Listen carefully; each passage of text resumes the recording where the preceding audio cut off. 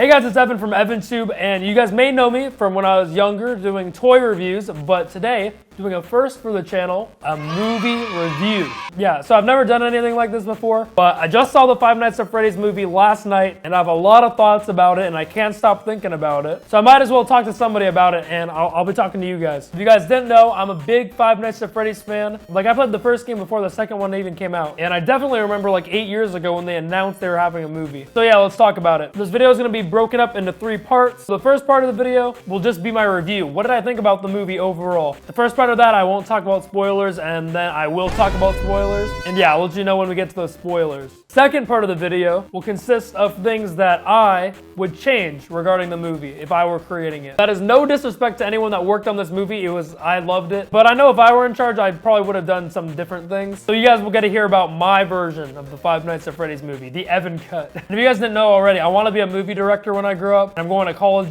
for movie directing and movie stuff. So who knows, if they're still making Five Nights at Freddy's movies in like 10 years, Scott Cawthon, hire me. But first, let's start with the movie. This movie has been getting slammed by critics. Movie critics are not a fan of this movie. I think it has like a 20-something on Rotten Tomatoes, which is bad. I did see online that the creator of this movie clarified that this movie was specifically only for fans and that it was not meant for anybody else. So I can see why the critics wouldn't like it if it was specifically just made for fans. But come on, 20% is outrageous. I saw the movie, and although I think being a fan definitely made the movie way more enjoyable, even if I didn't know anything about FNAF, I don't think I would have rated it that poorly. You guys probably already know the plot. Mike is trying to take care of his sister. So Mike gets a job at Freddy Fazbear's Pizza and is the security guard. Pretty standard stuff. It's definitely not the same storyline exactly from the games, because if it was just the same thing, fans would, kind of already know what happens and there's no surprises. In terms of this being a horror movie, this movie, honestly, I'm gonna be real, it was not scary at all. But no part of me went to the Five Nights at Freddy's movie wanting to go get like scared or expecting to be scared. But I think I was like too invested in just watching the movie and like taking apart each little detail that any chance to scare me just didn't exist. Critics that probably don't really care too much are probably not liking it because of there not really being a scare factor to it, but I was entertained throughout the whole movie. I never felt bored during this movie. Also, going back to the fan element, being in that theater with a bunch of other Five Nights at Freddy's fans was like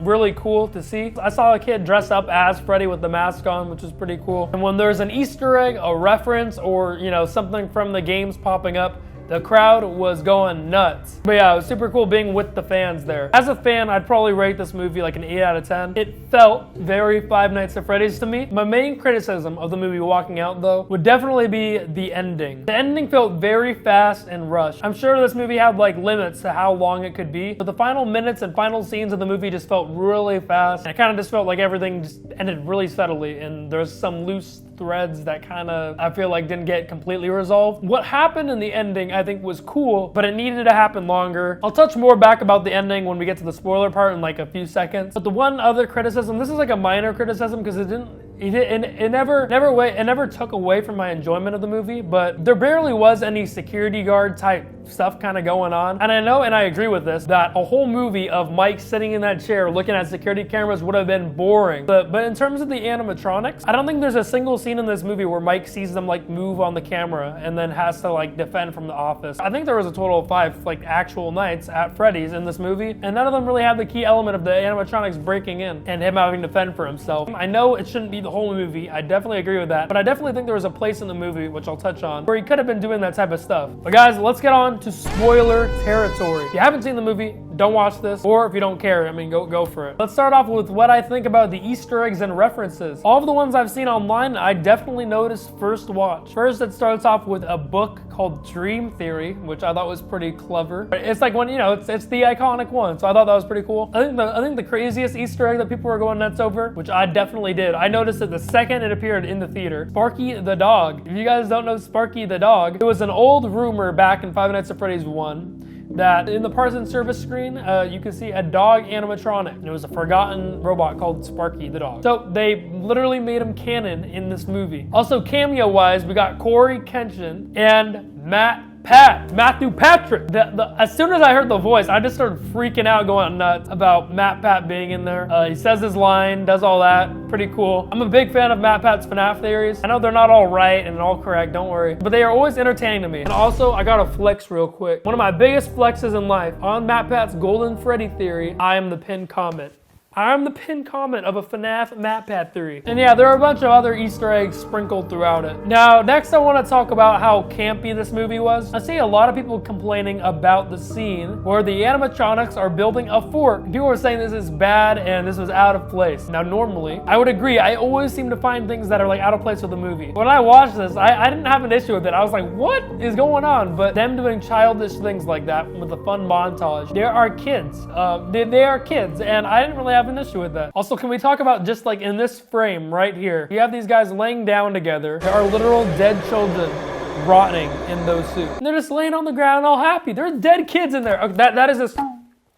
That's outrageous. Also, in terms of like what actually shocked me, I thought they were gonna make Mike related to Afton, like in the games. After Matthew Lillard is a career counselor character, he like stuttered reading Mike's name. I'll talk about that in a little bit. That made me sus and made me think that they were gonna go down the game route. And then they threw a curveball and said Vanessa is Afton's daughter. That genuinely surprised me. It's pretty cool how their relationship parallels the games, I guess, with the glitch trap stuff. But that's like the mimic.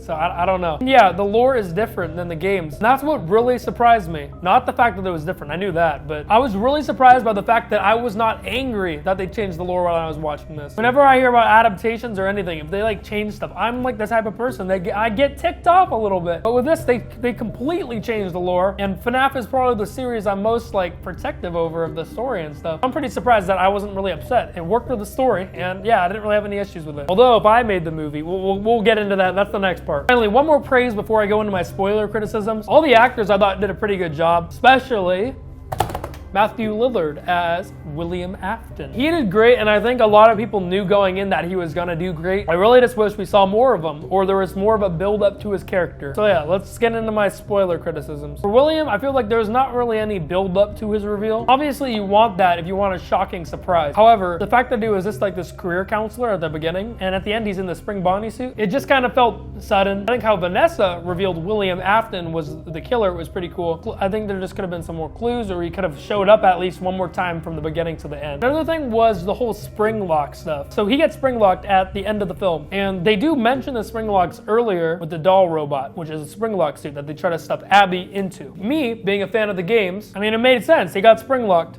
However, they didn't really show how he got spring locked either. I don't know if it was just because he was moving around too much, or if the cupcake biting him set it off, or three, my final guess could be because like he got shot. The blood is a liquid which set off the spring locks. I don't know, but the thing with the spring locks is if you didn't know anything about the series, that would have made like no sense. Vanessa, when she was explaining the spring lock, went into like barely any detail about him. I think there should have been a little more explanation about that, just so that payoff of William dying, would have been cooler. And yeah, the ending just felt really rushed. Afton just kind of came out of nowhere. He threw a couple blows and then he died. I mean, that was probably the most hype part of the whole movie, and it was the shortest. I think saving him for the last act was a good idea. Should have just been longer. I also don't think they showed enough of Golden Freddy. He had like 2 scenes in this whole movie. But yeah, that wraps up like the whole review portion. Here's the second part of the video. I will be telling you guys things that I personally would change. And it's not just like, oh hey, I don't like this. I will tell you what I would have replaced it with. This is basically my own version of the FNAF movie if I created it. Now, some of this might seem a little fan servicey. I don't know. This is just my first thoughts. So yeah, here's my version. So the first part of the movie, I'd completely just leave as it is. Vanessa, all that stuff, all good. First major change would happen with Vanessa being revealed as Afton's daughter. I'm not saying this was bad in the actual movie. If I were asked to describe what I'd want ideally in a FNAF movie, I wouldn't pick that. That was my first pick. This is my personal preference. I would keep Vanessa's connection to the pizzeria though. Instead of her being related to Afton though, I'd have her be related to Golden Freddy. Golden Freddy seems to be this blonde kid in the movie. And I really did think that this connection was gonna happen in the movie when I was watching it. It was my little prediction. Didn't come true, obviously, but why would I want this? First of all, this gives her a connection to Mike. Both of them have lost younger siblings, and there's a little bit more of a connection in my version that I'll let you know, which I'll talk about in a sec. First of all, what do we know about Golden Freddy? Golden Freddy is also a spring lock suit like Spring Bonnie. So Golden Freddy, Spring Bonnie from Fredbear's Family Diner. So in my version of this movie, this blonde kid would have been killed by William, just like how it was in the movie, but he would have had a way harsher death than the rest of the kids. This explains later on for why he is so like adamant on keeping William alive and why he's so evil looking. That kid creeped me out. Basically, in my version, William would have spring locked this kid. He would have shoved that kid into the spring lock suit and killed him like that. That easily, I feel like, would have been the worst death to get out of all those kids. Would explain for why he's so vengeful. This also would explain how Vanessa knows so much about the spring locks, because it was the thing that killed her brother. But continuing on with my version, there's some scenes in the movie where Mike gets like this taser thing and he basically electrifies all the animatronics and they fall on the floor. Definitely think this should have been kept for my version. Except I would just keep having Mike beat the crap out of these animatronics. Maybe he has a hammer or something. In my version, I would have had them like destroyed. After Mike's destroyed all of them, maybe Mike gets an anonymous phone call. And this phone call is warning him about Afton coming. I know Vanessa warns him in the movie, but if Vanessa is not related to William, my version, she wouldn't be able to warn him. So this mystery man calling him, I think I'd want a shot of just the mouth, the lower half, just speaking. But if you were to really look at the movie, there's a man with similar facial hair to him working on an endoskeleton in the training tape. This man in my version will be Henry. Henry, if you guys don't know, is a prominent character in the games and book, and he's the second owner of the restaurant. And I don't think they are just gonna cut him out of the movie universe. Probably just hasn't shown up yet. I would have had him kind of show up here with a little phone call warning. Then Afton breaks into the pizzeria. So it's just like before, but this time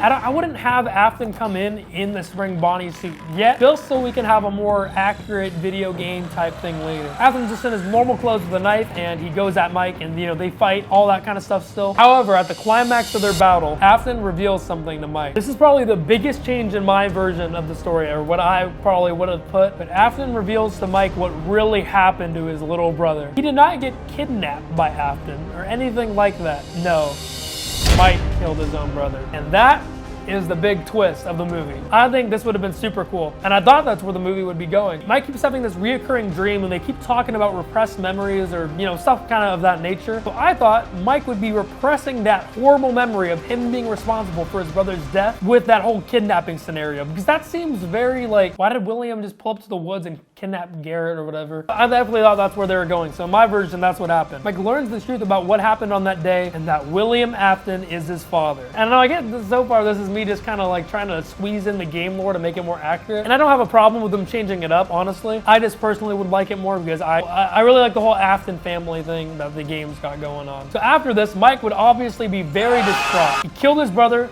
and Afton's his dad.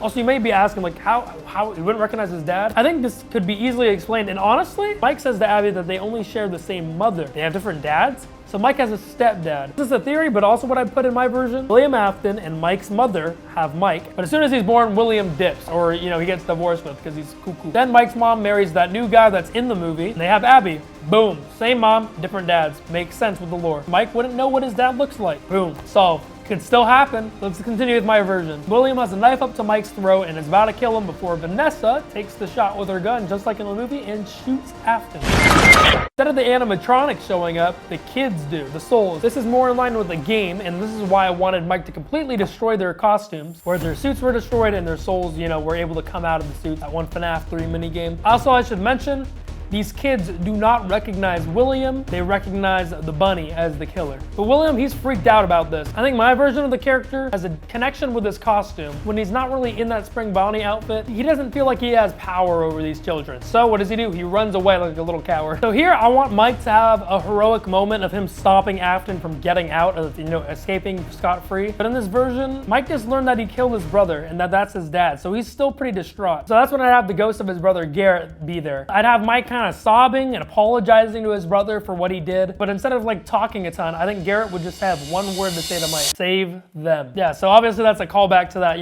mini game where it says that, and yeah, that gives Mike the courage and motivation to get up, and he runs and he like tackles Afton or something. Also, somewhere in this, Vanessa shoots Afton. At some point, remember, she shot him. Afton, realizing he can't escape, runs to the back room and gets in that spring Bonnie suit. Now he feels like he has the power over these kids. They're gonna either be so scared after seeing this bunny, or they're gonna love them. He's gonna love the bunny. They loved them when they were little kids. But now the ghosts of these kids realize that is their killer. They were killed by the man in the yellow bunny suit, so they're gonna recognize that. After throughout all of this is just laughing uncontrollably. But then we get a close-up of the blood that's coming from the gunshot that Vanessa pew. Blood starts trickling down, and since spring locks are sensitive to moisture, spring locks clamp down and he gets spring locked. I just prefer the build up to that in my version than the movie, I'd say. Then there'd be some kind of scene with the kids' spirits leaving and being set free. Maybe they like wave bye to Abby or have some last moment with Abby since they were kind of friends. But I think that was definitely something that was missing. The animatronics in the movie just like carry William out, but like the point of William dying in the games was so that their souls were like set free, their killer's dead. So in my version, they'd all get set free except for one, the blonde kid. Also, I completely forgot to mention, this version would have Garrett being Golden Freddy. I'm pretty sure that's how it is in the movie too. They just really did not make it clear if Mike's brother was Golden Freddy with the other blonde kid. Because in the games, it's Cassidy and Evan.